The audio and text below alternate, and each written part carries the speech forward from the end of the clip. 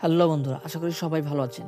ইন্দোনেশিয়ায় নারিকেল ট্রাকের পরিবর্তে জলপথে ব্যবহার করে খামার থেকে বাজারে নিয়ে যাওয়া হয়। এর মানে হলো যে কৃষকরা নারিকেল তোলার পর সেগুলো রাস্তায় ছড়িয়ে না দিয়ে সরাসরি খালে ফেলে দেয়। এরপর জলের তীব্র স্রোতে নারিকেলগুলোকে ভাসিয়ে সোজা সেই জায়গায় নিয়ে যায় যেখানে শ্রমিকরা দাঁড়িয়ে থাকে। তবে এই কাজটি বেশ ঝুঁকিপূর্ণ, কারণ নারিকেল বেশিক্ষণ পানিতে থাকলে সেগুলো নষ্ট হয়ে যায়।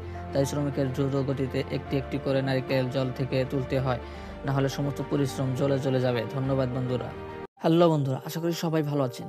ইন্দোনেশিয়ায় নারিকেল ট্রাকের পরিবর্তে জলপথে ব্যবহার করে খামার থেকে বাজারে নিয়ে যাওয়া হয়। এর মানে হলো যে কৃষকরা নারিকেল তোলার পর সেগুলো রাস্তায় ছড়িয়ে না দিয়ে সরাসরি খালে ফেলে দেয়।